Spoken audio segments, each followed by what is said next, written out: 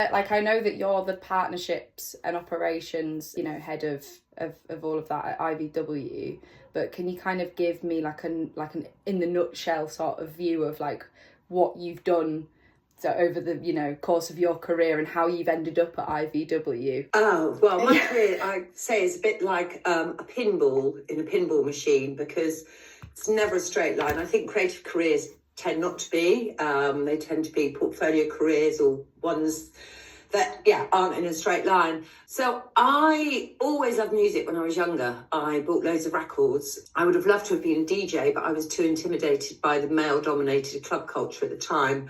So I just bought records for my own pleasure and my friends. And then when I was in my late 20s, I actually started touring with bands. I'm a qualified massage therapist, and I used to massage them. And part of their pre-gig, ritual, which I recognise now lots of artists have that. Yeah. But artists run around a lot on stage, so it was quite important that they were warmed up and So that's how I started. And then I got taken on tour as production assistant and masser, and learnt the ropes on the road, so to speak. And it was while I was on a Brian Ferry tour and I met David Enthoven, who later on went to employ me at IE Music, which became Robbie Williams' management company in 96. And because I was there, I looked after Robbie. So again, it was Robbie post-take that. It was Robbie not in a great way. A lot of my job was pastoral care for him, because he was 22. He'd been put into the limelight when he was 16. It was really, really tough. And I worked with him and IE Music for over 10 years. Was a little bit burnt out at the end of it, because as most people know, Rob's career went like that. And I was there. So I left in 2006. Did some more management, worked for Damien Hirst for a while, then moved back to my hometown of Bristol, which is where I live now. There isn't really an industry here, so I did a bit of teaching at BIM. I supported a lot of emerging artists, and I think it was really when I came to Bristol that I truly appreciated the value of independent venues. A couple of bands that I worked with, they were building their fan base in their hometown, and I always recommend that to young artists. If you want to really cultivate a following, then the best place to start is in your hometown. And that's where independent venues play a hugely important role. Also, at the same time in my teaching, when I was teaching at BIM, we talked about current developments and challenges facing the sector. And one thing that we always talked about was the closure of grassroots venues and how catastrophic that was on the bigger live music ecosystem. And it's not just about musicians and bands, it's also about sound engineers and stage managers and tour managers, all of those people that kind of learn their craft. I mean, my ex-husband is a front of house engineer. He's Australian, so it doesn't count, but he honed his craft in independent venues in Sydney, and now he's just spent 2 years working with Adele in Vegas. So it just shows you that trajectory. And it wouldn't have happened had he was working with a band and he became their sound man. And in local venues. So they are really, really important. And I think, and it's not just for live music, but as community hubs, because community spaces. And again, I live in Bristol. We're very lucky that we've got a lot of independent venues here. But you go to smaller communities and often the live music venue is the community space. So I think they're so important in the whole ecosystem and developing the talent pipeline. I then went on to work for the Arts Council and they had launched their grassroots music fund. So that was great. I was in a really good place. I really understood the challenges that they were facing when they were applying for funding. And that's when I got to know Sybil. We became good friends. And when she needed some support last year for the delivery of IVW 25, I said, well, I can help you out. And it's great. I mean, Sybil's got incredible energy. She's really passionate about the people and the role that they play. So I'm really happy and delighted to be working on CITA to deliver IVW 2025. Brilliant. Yeah, no, it is such a great thing to be a part of, and like you say, like Sybil's heart is in the right place, but equally yours is as well. Like, you've obviously recognised that it's something that needs needs to be recognised in not just in the smaller communities, but in the wider communities in music. And like you were saying in Bristol, like I don't think the industry's dying as much in Bristol. Like you've got like the Louisiana, which is a great little institution. Played there a few times, and you seem to get like a really nice community there of people that just do come along to gigs. But yeah, it's great that you've still settled there, and like you can commute to London obviously when you need to. Absolutely. You know, the Louisiana is a fantastic venue. Mick and his family have been running it for quite a long time. I mean, it's, you know, for me, it represents what live venues are about. I mean, it's Italian owned. I think I've heard from bands that play there that the food is better than anywhere else because it's home cooked Italian food. You know, Mig who runs it, has lots of relationships with the local education institutes like BIM, and he uses it for daytime activity as well. That's great. I mean, you know, there have been challenges facing independent venues, but I mean, the world has changed over the last 20 years, hugely, you know, and it's important that people adapt to those changes. I mean, you know, you only have to look at our high streets and the closure of independent shops to know that things have changed. You know, the way we do things have changed. And I know a lot of venues are facing challenges because people don't go out as much. And, you know, obviously we've got the impact at the moment of cost of living, so people have less disposable income. Definitely, yeah. But I think if those, you know, if venues can become an important part of their local community, it can be more than just about showcasing live music. I mean, Independent Venue Community, a charity that Sybil set up last year, that's all about creating daytime activity, and we're doing something called Soundcheck Sessions in the east of England during IVW, which is where a lot of young people who don't really understand the roles that exist within the music industry, and I didn't really until I started going on tour. I didn't know I could be paid to travel the world and go on tour. I mean, no better job.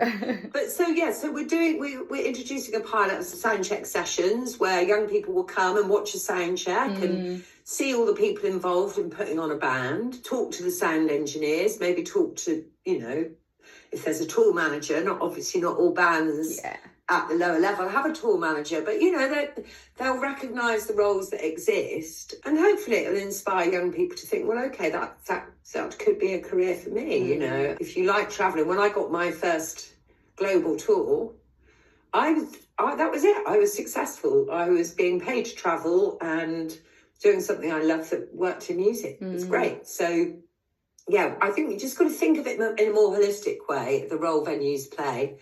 But, you know, it's great. We've had some brilliant venues sign up this year, and I mean, over 200 this year, I think about 215 at the latest count. Yeah. The length and breadth of the country, I'm really looking forward. I'm going to venues that I've never been to before. I'm going to communities I've never been to before.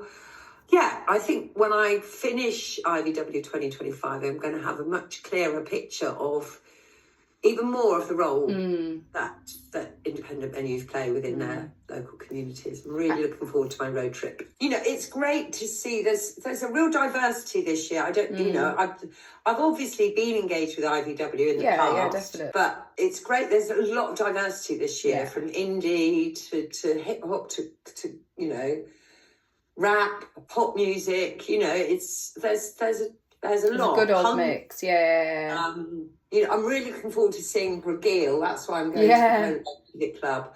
And they're doing quite a few gigs during IVW. You know, for me, live music, you know, I've worked a lot in the creative industries. I haven't just worked in music. I've worked in art and events and everything. Definitely. But live music enables you to feel. Yeah. Do you know what I mean? You can actually really feel if you listen to someone performing live in a way that recordings don't necessarily deliver it. I think, you know, the nuances, the slight mistakes and imperfections of that live performance, for me, make it really a really special art form, incredible art form. Yeah, I mean, I cry at gigs. I mean, I have cried at gigs. I think the visual aspect of it as well, like, there's an intimacy when you make eye contact with somebody on stage, and you get that in smaller venues, definitely, like versus the bigger kind of arena size, unless you're standing maybe, but yeah, I think there's more of a, you know, there's that thing of like, you can't, there's like a theory that you can't see, if you can see an instrument on stage or a person singing on stage, like you're more likely to be able to hear that instrument in like the mix or something like that. And I think that's really true. And obviously you don't really get that with a recording. You've got to listen to it a few times to then appreciate what's going on in the music. But you get that live, which is really exciting.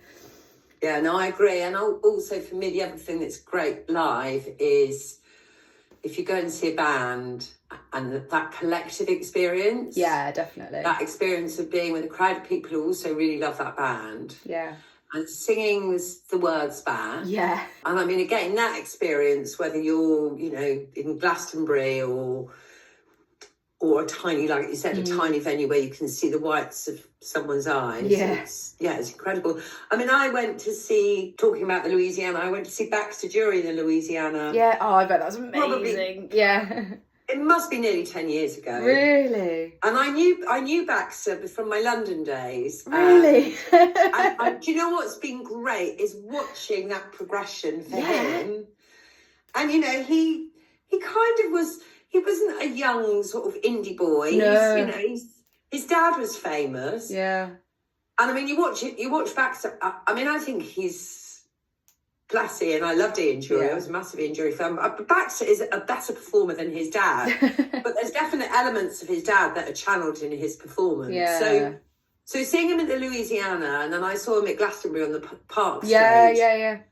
This year, and my kids love Baxter. Yeah, I'm not surprised. I love about him. He's got his old audience fan base, but he's also got the young kids, the 20-year-olds, that love him because he's suave and he's slightly bonkers, but also brilliant. Yeah, got some amazing tracks. And you know, Baxter would not have honed his craft without independent small venues. No, definitely not. Especially like you could argue, you know, you get people that have famous parents, but then they've still got to work in some ways, especially on that level, and build an audience. And it's really nice to see that like you can still get a younger audience, even though you've had an older audience before. And I feel like Baxter's one of those that has definitely done that in the last couple of years, like you said. Yeah, and that's really cool to see. You talked about Arts Council and obviously working with Arts Council. I just wanted to look more at like the partnership side of it, because obviously that's what you're in charge of at IVW. What do you think sort of makes a valuable partnership for IVW, and how did you go about sort of identifying one? I know obviously Arts Council do loads for, you know, initiatives like IVW, but when you were looking at other sort of organisations, how did you go about kind of fostering that relationship with them? Well, I have to say, I mean, Sybil's been the one that's built those relationships, and I hopefully maintain them. I mean, it's always about a two-way street, any partnership. Yeah. You know, Arts Council is brilliant, and particularly since they launched their Grassroots Music Fund in 2018, they really recognise the cultural value and importance of the music sector in this country, and, you know, the contemporary music sector, because I think Arts Council often were perceived as an organisation that really supported more, you know, art forms like ballet, opera, that sort of thing, rather than grime or drill. Exactly. But actually they are now, because they recognise that they contribute a lot to our economic output as a country, but also that sense of pride and that sense of well-being. Again, going back to a live show, you know, the well-being that live music can provide people with. I mean, Beavertown are one of our key partners. They've been amazing. They are amazing. And that's a really good, invaluable partnership where the venues get something from Beavertown. Definitely, yeah. You know, IVW, we obviously have their, you know, their input. It's you know, it's fantastic. PPL are another partner of ours, another industry partner.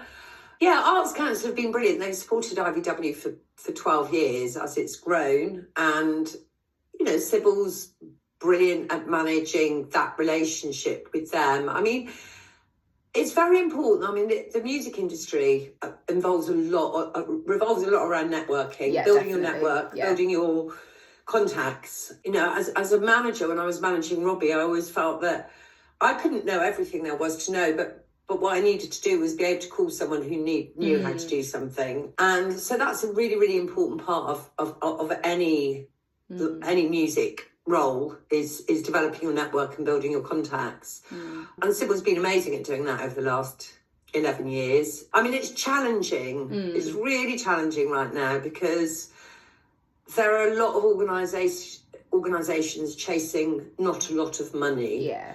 I'm quite disappointed, to be honest. And this isn't just about IVW or IBC, but this is about the sort of bigger picture that the major record labels don't seem to pay enough attention and put enough importance on the role of this emerging talent. Yeah. Because that's their money in the future, you know. Artist development through the labels doesn't really happen anymore. I mean, you certainly wouldn't get a Prince now. Prince was able to produce his first album. He pretty much did it all on his own. And no one would take a chance on a young artist like that now. So, you know, and again, so it means that those artists who have got potentially a bit of money that they can fall back on, they're the ones who may be able to develop before they go and sign for a label. Whereas the more, you know, working class bands, and that's I think the challenge. And again, going back to live music venues, that's where they play a key role in supporting and nurturing that young talent of people who can't afford to move to London. No. Who can't afford to put money into their creativity. They have to work because they've got to pay rent or they've got to pay their bills. So there's a much wider challenge there, I think, because we don't want to see just middle class bands. They've got to represent the whole spectrum of society, and whether that's, you know, inner city, rural, you know, all the ethnicities, genders, you know, it's really, really important. And what I'm concerned about moving forward with the way things are moving is that our live music output is going to become a little bit homogenised because it's not going to be representative of all sides of society. I mean, again, Oasis, would Liam and Noel be able to forge a career as musicians in 2025 as opposed to, what was it, 94 or 93? I mean, as I said, going back to what I said earlier, the world has changed dramatically in the last 20 years. And so we all need to adapt and evolve and change things. But I think that grassroots live music is really important. Yeah. No, I totally agree. Glastonbury will have no headliners in 10 years' time if those emerging young artists aren't supported and championed now. Or it will be a very one-dimensional, not very interesting lineup. Yeah, I'm hoping that more partners and more kind of initiatives can start, and like record labels, like you said, can start recognising that actually they need the smaller artists and they need to fund projects. Like there's a really interesting Lambrini Girls interview that's just gone out about how, like, you know, it's obviously easier for artists that come from a money kind of led background and can put their album on a billboard or whatever, or pay for the advertising, and there's a lot of bands that just can't do that, and so people aren't getting discovered. And like you're getting discovered on a really small level at these venues in your community, but on a wider scale that you just can't get discovered, you know, unless you have that money. And it's really sad that we've sort of become that. So I suppose with all the bands sort of touring around these independent venues, the great thing is they'll get to see and get to meet loads more communities, and hopefully more people will discover them as a band or as an artist, or, you know. So I 100% agree with you. Yeah. And you know, again, the problem is the income streams. I mean, so, you know, you have 1 million streams, and that's about $4,000 that goes back to the rights holders. Now, if you sign a deal with a record label, you might only get 20% of that. Exactly, you might be 50 if you're lucky, but for 1 million streams, and you think, you know, if you're an artist and your tracks have been streamed 1 million times, you think, oh, well, that's good. So the business model has to change as well in that respect. I mean, I think streaming, I'm personally a huge fan of streaming. I love having my, you know, access to all that music at my fingertips. But people who create, the creators need to be paid properly. Lambrini Girls is an absolutely valid point. You know, But those small tours, I went to see Self-Esteem in the Fleece, which is another great independent venue in Bristol, a few years ago, obviously before she exploded. Yeah, and blew actually, up, yeah. You know, the gig was incredible. It was absolutely incredible. Where she was really clever, the merch stand on the way out was absolutely rammed. And she didn't just have her record, she had beautiful vinyl. She had books, T-shirts, she had all sorts. So, you know, it's, as you said, it's an opportunity for artists to build their fan base, but also generate some income. You know, good merch can be the difference between a tour that makes you a bit of money and a tour that doesn't. But yeah, it's, you know, it's hard. So you have to, you know, as a band, as an emerging band now, you have to be kind of good at everything, budgeting, you know, logistics, or know someone that can help you. But there are a lot of amazing young people like yourself, Lucy, Thank you, who are working in the industry now. I have feel a lot of positivity for the future, because I think, you know, the generation that are coming through now, different way of looking at things, you know, different way, and as I said, kind of that's where we need to move, how we need to move on. We kind of make the most of what we can have, and it's like forging those relationships with like people that can help you, and networking, I think, is a massive part of that. Like, yeah, I totally agree with you. And I think, I'm in the same sense that, like, everybody's trying to, we know we're all frustrated about this, but then we're all trying to help each other in that sense as well. Like, we've all come together. I think a lot of musicians and a lot of venue owners and things like that sort of feel that same frustration, and now they're kind of like, okay, maybe we should all just do something about that and like help each other to kind of to become, you know, more recognised. 100% agree. Yeah, no, you're right. I mean, venues, you know, a lot of venues offer their space for rehearsals to bands. Those partnerships, those relationships are so important. And as I said, in Bristol, we've got BIM. BIM is really good at nurturing those relationships. Yeah. But as an individual, if you're an individual band, you know, and you need some rehearsal space, speak to your local venue, because it could be that's you know, that's where you could be, and that might be the start of an amazing relationship. A lot of them are recording spaces as well, like you said, like you get studios time as well in some of those spaces. There's quite a few in Leeds that are like that, and in West Yorkshire as well, and a lot of the time they will offer kind of mentoring or advice and things like that. So I totally agree with you in that sense. Just to kind of wrap up with everything, because to be honest, Gabby, you've basically answered every single question I had. Like, we've had a really lovely conversation, but we've covered basically everything I was like, oh, this would be cool to talk about. So just on one final note, like, what's the biggest thing you're looking forward to with IVW, and what are your thoughts sort of heading into that week? Well, as I said, looking forward to going to our diversity of venues across the length and breadth of the country. You know, I'm really excited at the noise around IVW, as in, you know, the radio and the excitement with all of those venues. I'm seeing some artists that I would never normally go and see. Yeah, I mean, I'm half training. I'm training when I can, because obviously that's a more sustainable way to travel around the country. But unfortunately, because our trains aren't great, I do have to pick up a car at one point and start driving. So, you know, it's going to be a big road trip opportunity for me to listen to lots of music. I am really looking forward to seeing James Messiah and Toya DeLazy at the Globe in Cardiff. Yeah. Just a little aside with James Messiah. My daughter came into IVW last week and she saw his name on the board. Yeah. She loves him, and she said, oh, he helped me with my depression.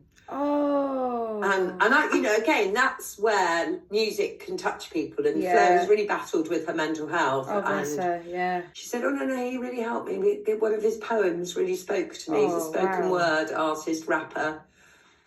Yeah, I mean, you know, the power of music. So I am really looking forward to seeing him, because I feel he's got he's created a connection with my daughter. And that's a generational thing as well. Like, you know, you might not have discovered him, you know, I know you're a massive music lover anyway and you're very keen to discover new artists, but like you might not have heard of him prior to IVW, and like it's really nice that Flo's then come in and been like, actually, you know, I love this artist, he's great. Like, that's so good to hear. Yeah, and Brooke Eel are the other ones. They're sort of like the Proclaimers meet the Sex Pistols. Yeah, looking forward to those. It's going to be fun. It's going to be busy. It's probably going to be quite stressful, and I'm sure it's going to be exhausting.